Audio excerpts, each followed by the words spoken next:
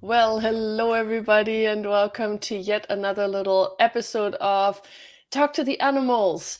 Hello, Viv, how are you? I'm great, Susie. How are you? I'm wonderful. So, today we were actually looking at what do animals know about the future, and Viv, this was inspired by Gary talking about what the zone is of awareness. And Mm. normally, like the zone of awareness, normally, it basically is an awareness that we all have. Everybody has a zone of awareness, and what that means is it's literally just where you're perceiving your environment, and however far out you are aware of what's going on, like weather, things that are coming towards you, like whatever it might be.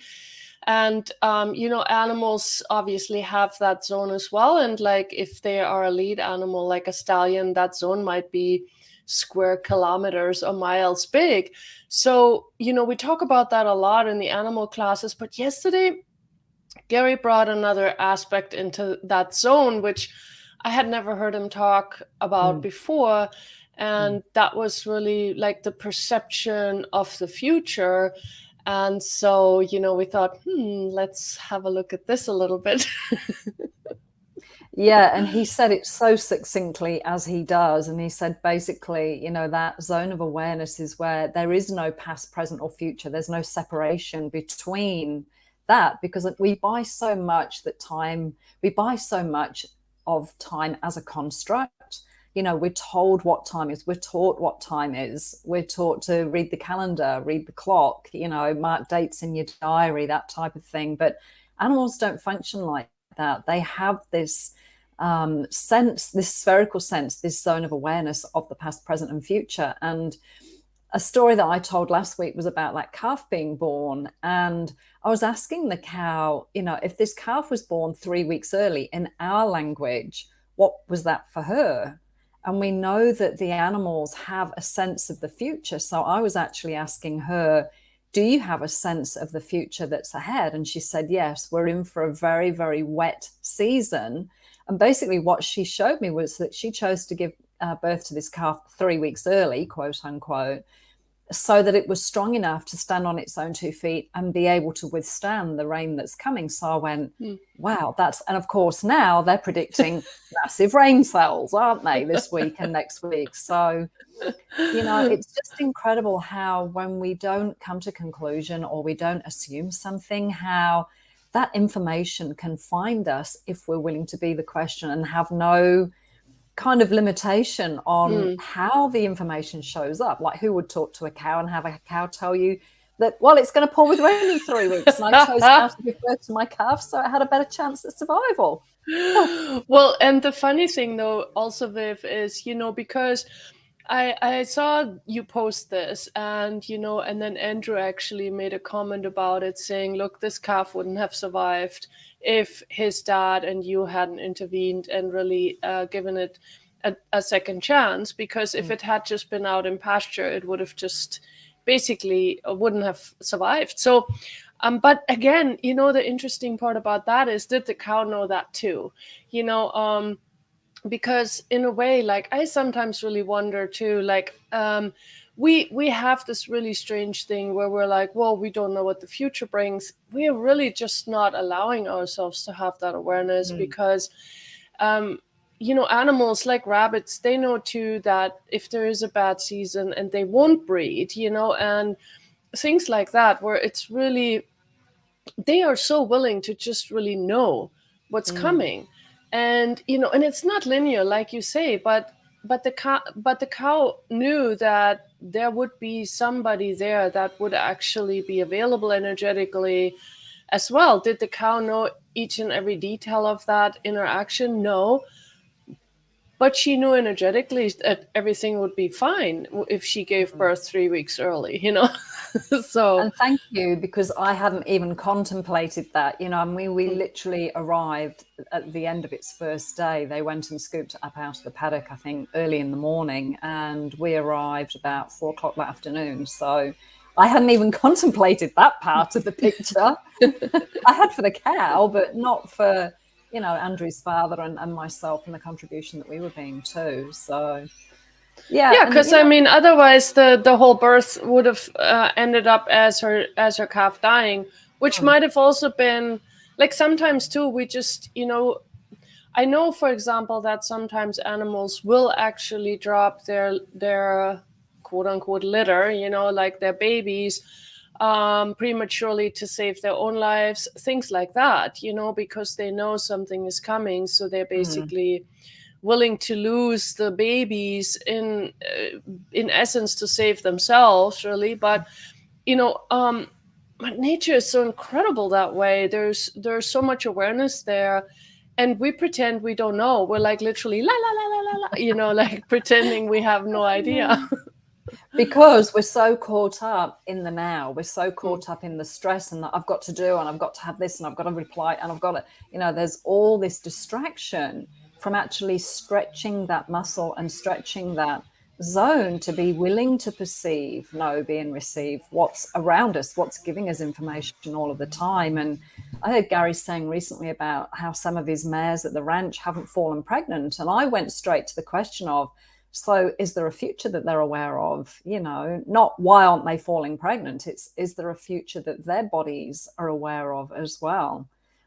Maybe, maybe not, but it's just having that. I kind of call it this pliability within your mind, if you like, where you're not just constantly computing and mentalizing and constructing everything, because the animal kingdom doesn't have any of that going on. It is just this incredible connection to everything all the time. There is no, like I said, there's no linear constructs in their world. So the freedom that gives them and the willingness that they have to perceive, make a choice based on a sense, based on something they're picking up, based on something that they're becoming aware of as a whisper, or maybe it's stronger in their world. But you prompted something earlier about, the mother of the calf or the bitch of the litter. If they lose their babies, quote unquote, earlier or sooner, or something goes wrong according to our expectations, but they're totally aware and in control and they have a sense of what's coming, that's being the leader. They're choosing what is creating the most for everybody. And that's, in the human reality, that's a pretty big sacrifice to make, to lose the baby to keep the mum alive. But again, the animal kingdom doesn't have any of those points of view. No, and the whole thing about our future, it's so interesting. Like some people want to know the future, they go to a fortune teller because they want to basically be in control of something, and other people are literally like, I don't ever want to know about the future, because then life would be predictable and life wouldn't be fun anymore and there wouldn't be any surprises. But boy, what if there was actually somewhere in between where we were willing to be aware of a future? And Gary and Dane often talk about this when we're choosing something for our lives, to really be aware, what does that choice create for the future? If I do this today, what future am I creating with that? If I'm being mean today to somebody, or whatever it is, like, what future am I creating? And I think this is such an important part of our lives that we have actually, in a way, being taught to ignore. Like, at least for myself, I have to say, like, I was never encouraged. The only thing that I was encouraged at was to basically come to conclusion about what I wanted to do with my life. That was the only thing I was ever encouraged to do. What do you want to be when you grow up? Well, but that was never about perceiving a future or being present with what was coming, but it was really all about, well, you have to basically come to conclusion in order to then have a direction to go in your life that you have to follow. And that's such an interesting way to deal with that, rather than really being in awareness and having and really showing your kids too, like, hey, you are creating your future with every choice you make. So what choice are you making right now, and what future is that creating? And really being willing to be in that is such a different energy, and animals be in that energy all the time. So yeah, anyway, thank you, Viv. This is a great conversation. It is an awesome conversation. So And Yeah, truly, and just truly, like, what can we have from our animals as an awareness with that too? Yeah. yeah, Sorry. and just no, perfect, because the willingness to just hear and see and perceive and be with how different they function. Like you're just saying, you know, if you wanted to be a vet, for instance, when you were 7 or 8, your parents or whoever it was would start kind of creating this track where, well, this is what you have to do. This is what you, these are the courses you have to take. This is the marks you have to get, the grades and the study. And you cut off all sense of possibility and future. And it might not have been a vet. It could have been an animal communicator, you know, but the vet was the closest thing to it. But when we go to that mental construct, we cut off our gut feeling, we cut off the instincts that we have, we cut off that connection to the whispers of every molecule communicating to us. So that question, Suzy, that you gave, it's like, what future will this choice create? If any of you watching desire to function more from this spherical awareness, this zone of awareness where you start to perceive the future in a very different way,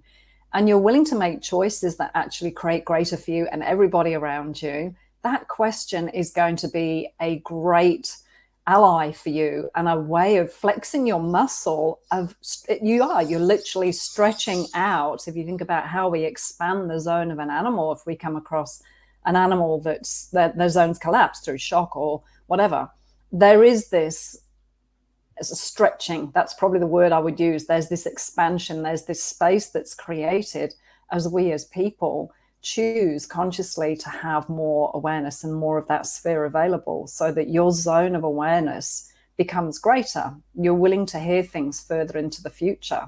And again, it's not, well, I need to know what's happening next week on Monday at 10 o'clock or next year. The whispers start to flow into your world as the energy is available. And this is the art of just learning to sense and be present and listen Yeah. and trust. Well, and also, what you just said, like, really reminded me that it's not about us having to basically have all these awarenesses, but like you said, we can ask the cow next door, so it's not that you have to know everything in that sense, and you do know a lot. I'm just saying, like, please recognize that you asking somebody else or something else is also part of that awareness. So, because I was just thinking, for example, many, many years ago, when that huge tsunami was going through the South Pacific, and the islands there, the people there knew how the animals would act if there was a tsunami coming. And so that awareness they were allowing themselves to have. So they were climbing up on the trees and they were getting on the highest spots on their islands. And actually, years ago, when I read about this whole thing, basically they said nobody died on any of those islands because the people there were willing to basically listen to the animals. And so it's not that you have to know a tsunami is coming, like, oh, I don't know when a tsunami is coming, I don't know if it's going to rain next week. You don't have to have that sense, but you can ask an animal to show you, or whatever it is. So please include all the information. It's not that you have to be separately, getting all that stuff. It's like, no, just be willing to get it from wherever you can. So I just wanted to say that again, because sometimes we fall into that trap too, that we have to be the source of all that. Yeah, and I think for anybody watching too, I mean, these conversations that we have, Suzy, are absolute gold. You won't hear this information, I doubt, anywhere else in the way that, Talk to the Animals and the Tools of Access Consciousness facilitate. And just if that's of interest to you, find some more access classes, attend Talk to the Animals. There's the Start the Conversation. It's a 2.5-day immersion into animal communication and really trusting that muscle of what you're perceiving and being able to just stretch that zone and stretch yourself to function in a very different way, where you have a lot more ease, you have a lot more awareness, and you can have a lot more fun having that awareness rather than walking blindly through your life, crashing into walls all the time. Those Yeah. track experiences. Yeah, exactly.